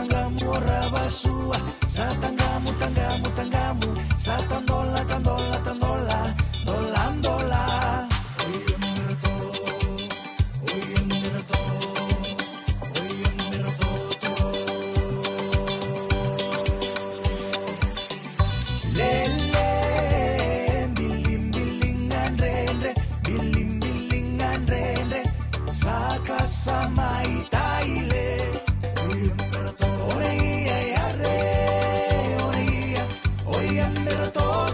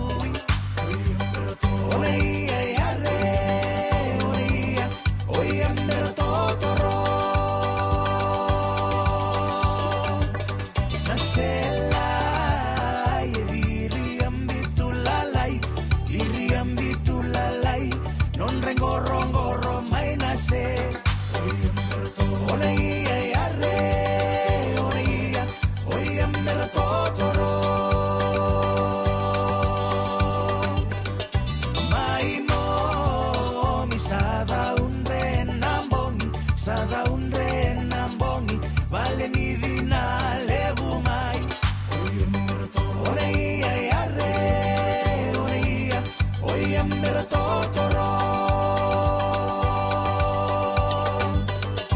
maitai somebody nanu mamai vale nimbia levu mai ona ia yare oia mera totoro sangai lolo na ua satangamu ravasua satangamu tangamu satandola dolandola ona ia yare oia mera totoro E senga dina ni kara rawa na dhaka waka kekiwa. Ia endona kainda wipu ke kawaka mamanta taka tuna bengaravi, o ia ke tuna kenda tō kakana. Na ika, na dalo, na bisikete, na reo bata, na sunbells e tinimbulu makau. We kenda tō na senga tiko ni nreiva, se senga ni waka motoka, kandau dren na tō beto seaki, erto satu wakarau na Divine Pacific Food Mart, mai Sacramento, merto talaveani na nong ni voli. Rawa sara. We tartarangayani na taliboni diwa dua ono toluva diwa ono saivarua merto bakarotaka katalada mai na nong ni voli ena kena ngona totolo tua. Divine Pacific Food Mart, Vitorua Diwa Walu Franklin Boulevard, Sacramento, California. Namba di telefoni Diwa ono toluva diwa ono saivarua. Erto ngarabatalanga ni kena le waka suburia ni nanomu yaya. Mai na nondro stoa kina nomu mate ni katumba. Dendram beka nangola ni kibalilo te puku ni oso pakadadaka. Sen drakita beka na tos nimbula. Kua ni lenga sinui ngao. Nana maki mai kina programu warotaki. Mai vera tau na New Methodist Christian Fellowship USA.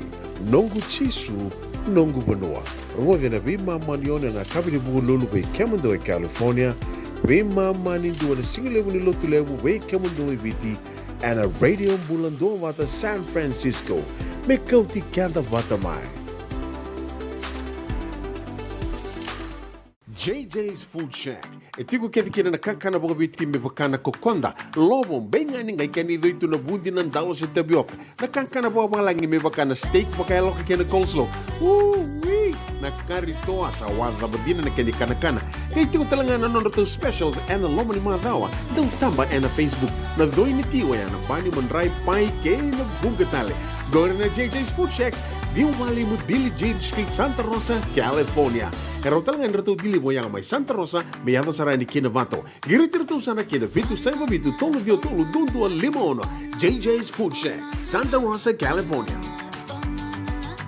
Na nonda wata kei City Veni Raturala.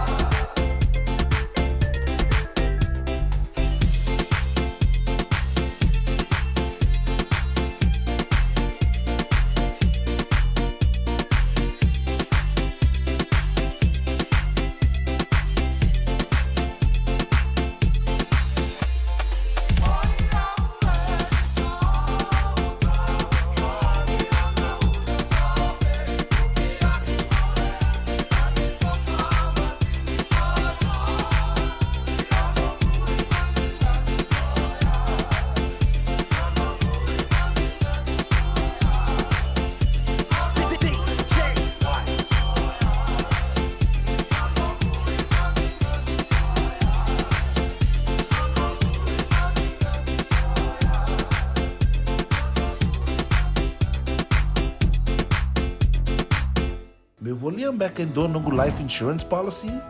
Nakakira ni tutami katil kabitu ni okostita na 2022 o sangir takasarabiri ni tauna. Kabi ngaya kila maga ngaya salah ko mana check.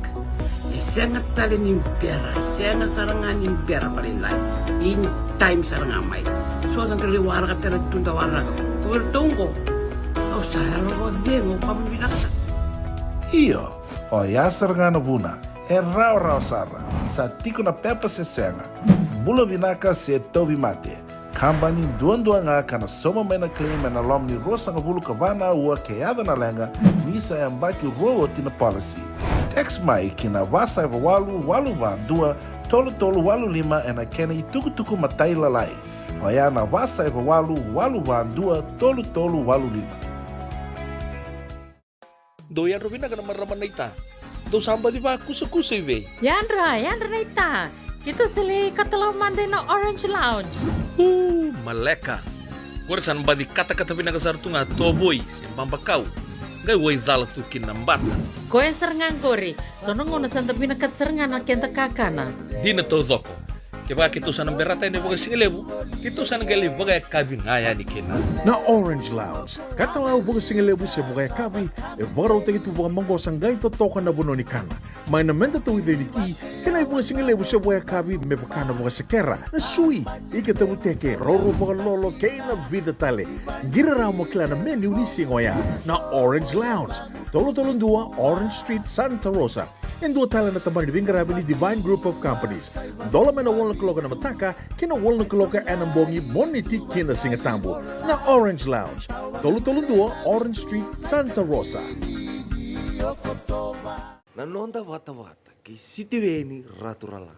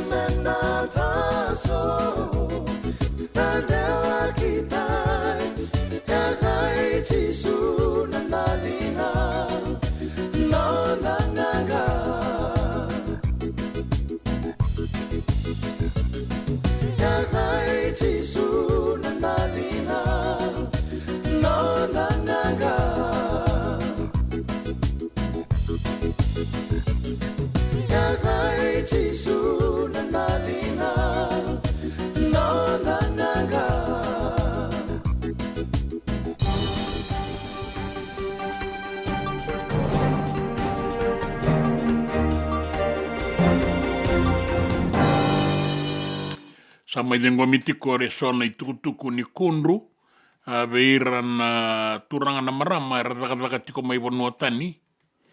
Ka wakarita ke mai ni wakaya kautikenda le sutale ki na ngauna ni vei wakambua taki. Sanga ni tuvinaka na yaya ni vei ngarabi.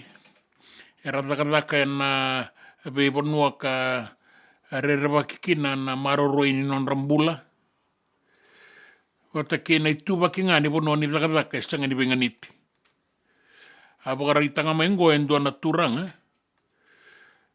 Rau vei tukani ke nandua na marama ka sama karibi na non rambula e na bula tune ni ambakingo o Christian Lewailangi. Na maramango e raka na Pacific Australia Labour Mobility na PAM ka wakawakina na non na visa katakira na kenabo ia sa wakarita ke mengo e so na kundru ka nondonu me kaua itaki wakan bimbi na pei wakan duindui taki raka tiko na sona bono ni raka sanga ni tuba ki vinakasarna na yaya ni raka ki na bono e raka kina ka wakarita ke mai ni nondonu me kaua itaki wakan bimbi na tiki nango me salabeti rake ni kina mata ni tu e rua o Australia wata ke viti me rau wangarain duana kena iwali. Maramango e ala ko i Australia me le raka na waka nui nui ni na rawa ni buke na nona mata bubale. Ia e wakarita ke mai ni sanga ni venganiti na i wakarau ni raka ki na pono e raka kina ni rawa ni vei wakalengai. Ka wakarita ka mai na maramango ni a tau wikoya na mati ni mona e na bula tune ka mani alikin na nona bula. E nondonu me kaua itaki mai na mata ni tue rua na i wakarau ni raka ka kunrua ki tiko mai ngo. Sanga indola na ingangande na ratu sukuna pake na koruturanga isuwa ni o tina kena mai songotu e nanduana ngau nambalapu. E andola wana i buke ni Prime Minister Manoa Kamikamida ka wakarita ka tiko kina na vei sau e so ka sakune tiko kina ni kua. Na vei sau ni dhina, na mata ni dhina, na roka ni dhina e nambongi, na pata ni vei wakamarau taki, pata ke na wakandonroiani ni wai, na ngada ke ni vei ngarabi. E dondono me marau taki kina na ngande e na ratu sukuna pak sa tiko kina e na ngaunango. E rauna sota na koroni wulia mata watu dou wata ke na sinu secondary e na final ni under 19 e na sota ni Vodafone Super Deans e na Singapore waingo. E rato sa baka rau sa ratiku ngango na ngone wuli mai wuli ni tu ka kweni nduana ka e lenga se dhala se nduana ka e rato waka le waikina e na i wala ni gito na be mali waike na maroro inga ni nonda tiko me ka kweni rongo dhana koroni wuli. E na runa sota ke na koroni wuli ngo mai na sino secondary e na Singapore wai na sota ni ambakitini kawalu la kusombu. Na sota tale so ambakitini kawala kusombu ratu kandabu lebu e rauna sota ke na Mahatma Gandhi Memorial High School, Marist Brothers High School, e rauna sota ke na Super Grammar, e na embakitini kalima la kusombu.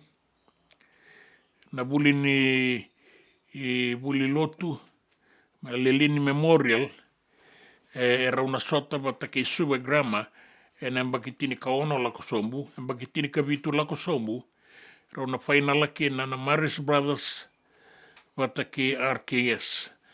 Na iutu tini sota, na mbakitini kadiwa lako sombu, e raunanga sota ke na Lami High School, wata ke na Queen Victoria School. So di tiko eni na iwakaroni zangi koukoua e wasa, e na imbara ni non tabanua mai viti, na vei anu me na atula mai viti, na atulau, o tabe uni, vei anu wole kata, tsana da kaunrove, toka lau ke maduata, ke na deva ke mbua, Abaka ke na vitilevu na bua suba ke no sori nandi lau toka ke mba mai nanronga a kauta yani kira ke na sanora na atu ya sawa mbalambalavu wata ke na anraki endoni ke muniti ko na wekanda mai na sano nanronga kauta mai ke na mosi ke na itasiri waraita ke mai ni bula sarati ko toka lau deva na ngaunango na tatamba na sona ngauna ka 5 na nota na kena kaukaua. E na bebo no taleso en raki mamada e na batambata na mbongi. Hoi akse amalele ko ngangat porat koa ne at motero tuam. Na vole bona sema tiko mai e na non dave atu anu mai rotuma. En raki batanga na dono magatu ni kua.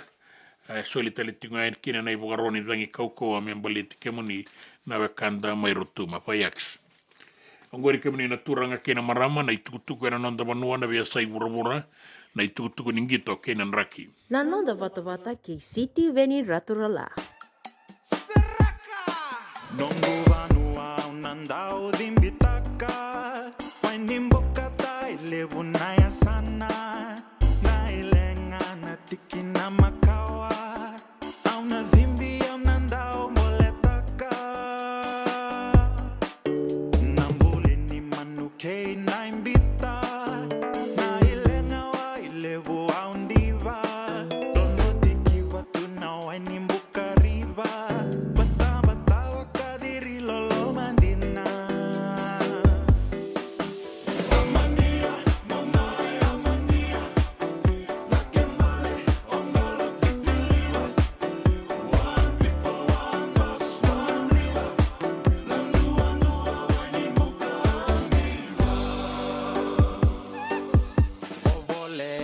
limbo waibuki samuna be nani meke naikuri nasuka una kema midhabuti nanduandua oyo anamuri besureti kidna vea sana alemai omai sarava ama afuliske ongai suka ale nanduandua mo arana nomu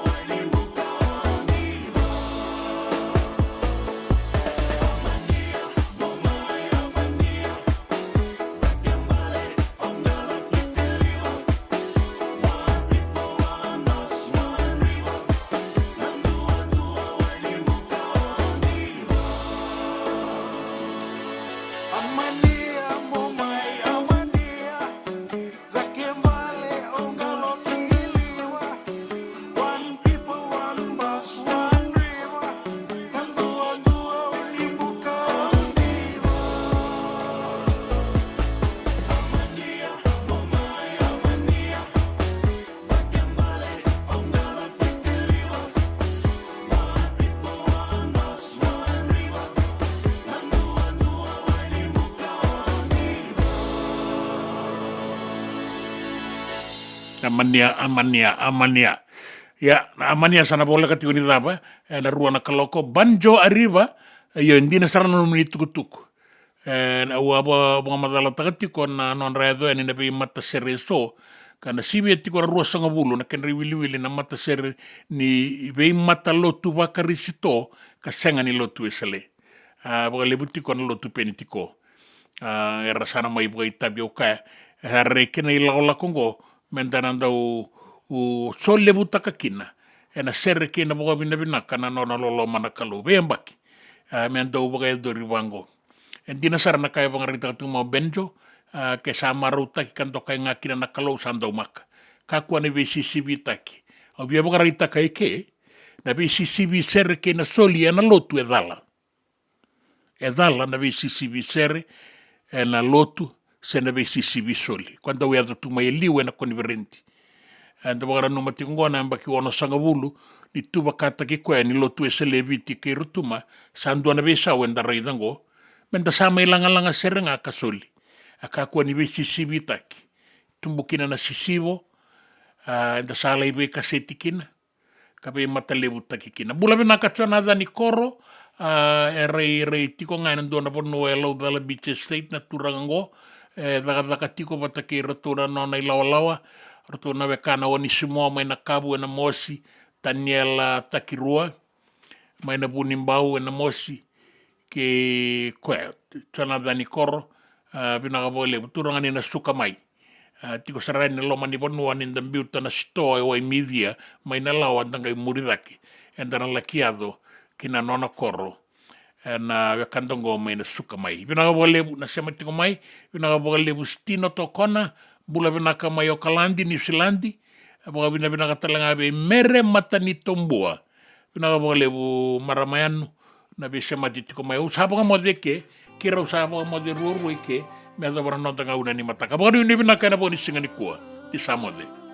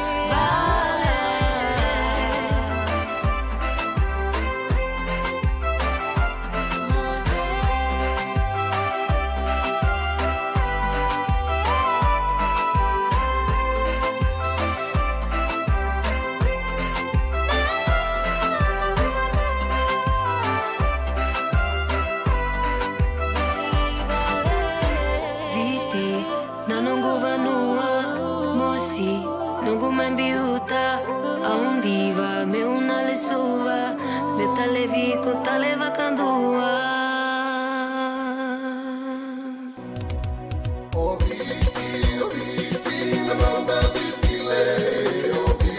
Nanda Vata Vata ki City Veni Raturala and a radio Mbulan Dua Vata, San Francisco. Me Kochi Kenda Vatabai.